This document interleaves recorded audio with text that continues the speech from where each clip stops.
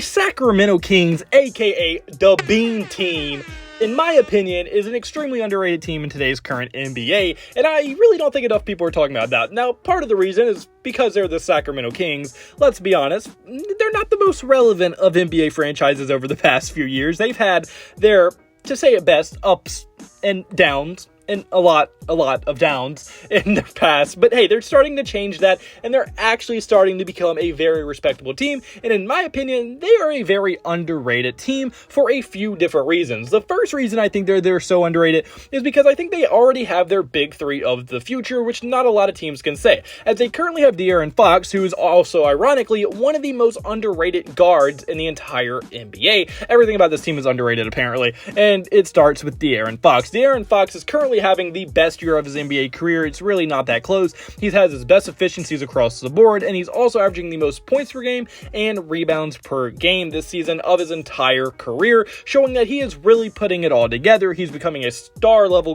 guard on the offensive end. He's doing all the dirty work, and he's doing that in a very efficient rate, and showing that he can legitimately be a starting guard on an NBA, high-level NBA team, and that is exactly what he's doing right now on the Sacramento Kings, and no one is talking about it, and it really isn't fair, and it is because he's in Sacramento, which just isn't fair, because I, as a fan of a small market team, I know how frustrating it could be, and the fact that he didn't even make the All-Star team, even as a reserve, is kind of ridiculous. Like, the dude is more than deserving of an All-Star spot. He's extremely underrated, and I think he's really going to turn some heads when it comes to playoff time, because I think there are going to be an extremely hard out for anyone that plays him in the NBA Finals, and that is only one part of their future big three. The other part is Domantas Sabonis, who is also having one of the best seasons of his career, and I think a lot of that is due to playing with a guard like De'Aaron Fox, because this is by far the best point guard that he has ever played with in his entire career, and that is shown as he is also having the best season from an efficiency standpoint, and he is really putting together an all-around very, very good season,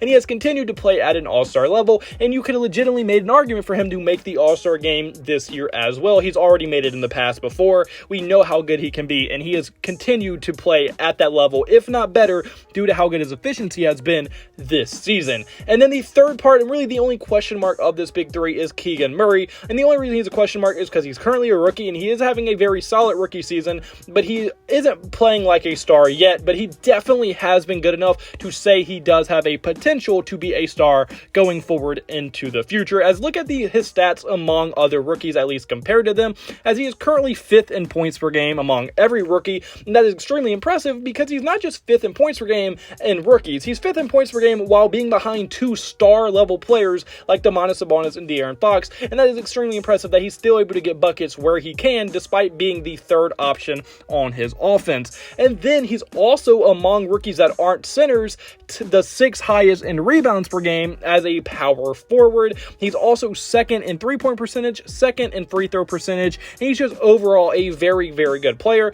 And with those stats among rookies, I think you can't really argue that he doesn't at least have potential to be a future star going forward. So if he does end up developing into a star like I think he can, they have 3 all-star level players on their team, and anytime you have 3 all-star level players on your team, you can go very, very far in the NBA playoffs, especially if you can start building a very good team around them. And another thing I want to get into to why they are so good is the fact that their offense is literally right now ranked the best offense in the entire NBA in terms of efficiency, and that is insane that no one is talking about that. Like, it's crazy. Like, how can the best offense in the NBA not get talked about? Today's NBA revolves around the offensive side of the ball, and the Kings have so far been the best team in the NBA up to this point, and it doesn't get talked about literally at all. The Clippers, they just played them, and the final score of that game was 176 to 175, or a combined score of 351 points.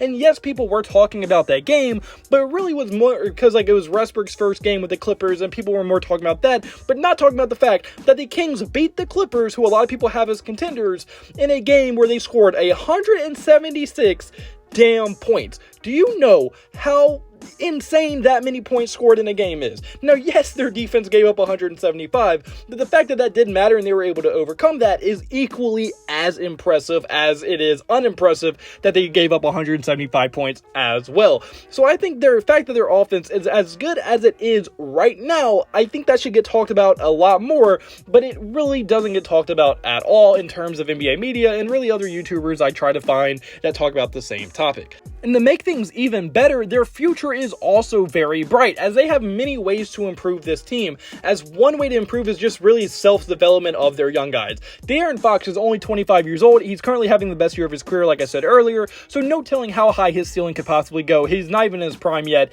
and as he gets towards his prime, and as him and Sabonis get even more comfortable together, and Keegan Murray, it's going to be interesting to see how good they can play together. And then obviously their rookie Keegan Murray, he's only 22 years old, and he still has tons of development to go, and no telling how good his game can be.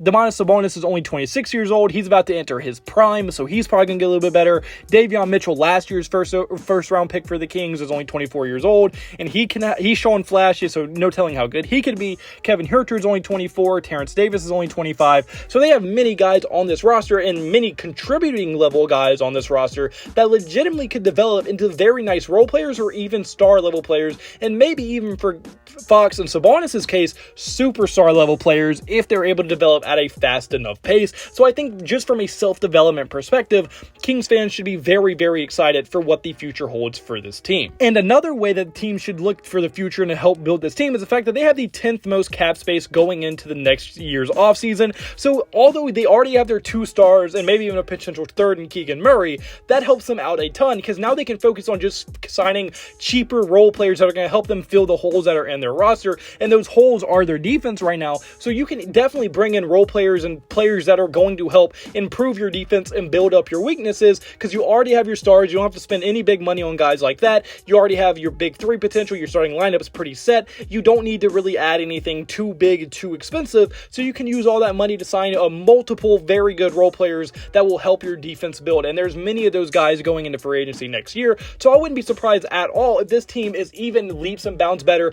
than they currently are going into just next season.